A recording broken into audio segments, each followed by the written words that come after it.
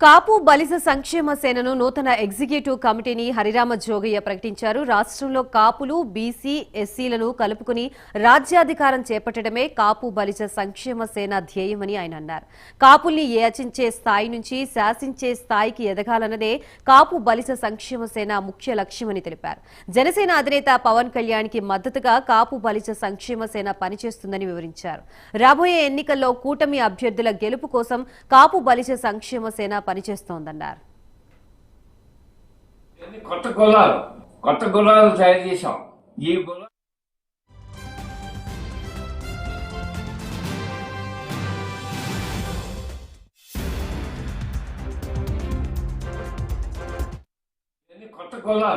కొత్త గులాలు తయారు చేశాం. ఈ గులాలన్నీ కూడా రేపటి నుంచి పవన్ కళ్యాణ్ గారు కూడా పరిగెడుతూ పవన్ కళ్యాణ్ గారు సాధనే ధ్యేయంగా ఆయన్ని రాజ్యాధికారం చేపట్టడమే ధ్యేయంగా ఆయనకి అధికారంలో ఆయన గౌరవానికి ఏమాత్రం కూడా తగ్గకుండా తగిన హోదా లభించేటువంటి పరిస్థితుల్లో ఆ ధ్యేయంగా వాళ్ళు చేపడుతున్నటువంటి ఈ కూటమి అంటే తెలుగుదేశం, బీజేపీ, జనసేన కూటమి, ఆ కూటమి యొక్క విజయమే ధ్యేయంగా వైఎస్ఆర్సీపీ అధ్యక్షుడైనటువంటి జగన్మోహన్ రెడ్డి గారిని ఓడించడే ధ్యేయంగా ఈవేళ ముందుకెళ్ళటానికి నిర్ణయం చేసుకుని ఈవేళ నుంచి కూడా ఈ పరుగులో మేము కూడా భాగస్వాములు అవడానికి మేము నిర్ణయం చేసుకున్నాం. అంటే మా సంక్షేమంతో పాటు నా సంక్షేమం అంటే చెప్పాను కదా, సంక్షేమం అంటే అనేక రకాలుగా ఆర్థికంగా అభివృద్ధి చెందడానికి కాపుల యొక్క అభివృద్ధిని కోరి వెళ్ళటానికి మాకు అంటూ కొన్ని ప్రణాళికలు ఉన్నాయి.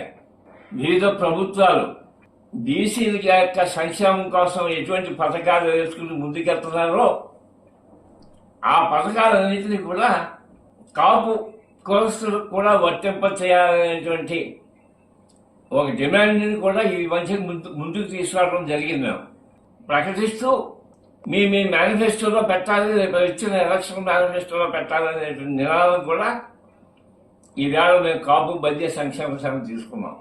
సంక్షేమాన్ని వదిలిపెట్టకుండా ఇకపోతే రిజర్వేషన్స్ ఇష్యూ, కాపులకి రిజర్వేషన్స్ ఇష్యూ హైకోర్టులో పెండింగ్లో ఉంది, అది నడుస్తూ ఉంది. ఈవేళ రేపు మనకు వీలుగానే కాపులకి వీలుగానే నిర్ణయాలు జరుగుతాయనే ఆశతో మేము ఉన్నాం.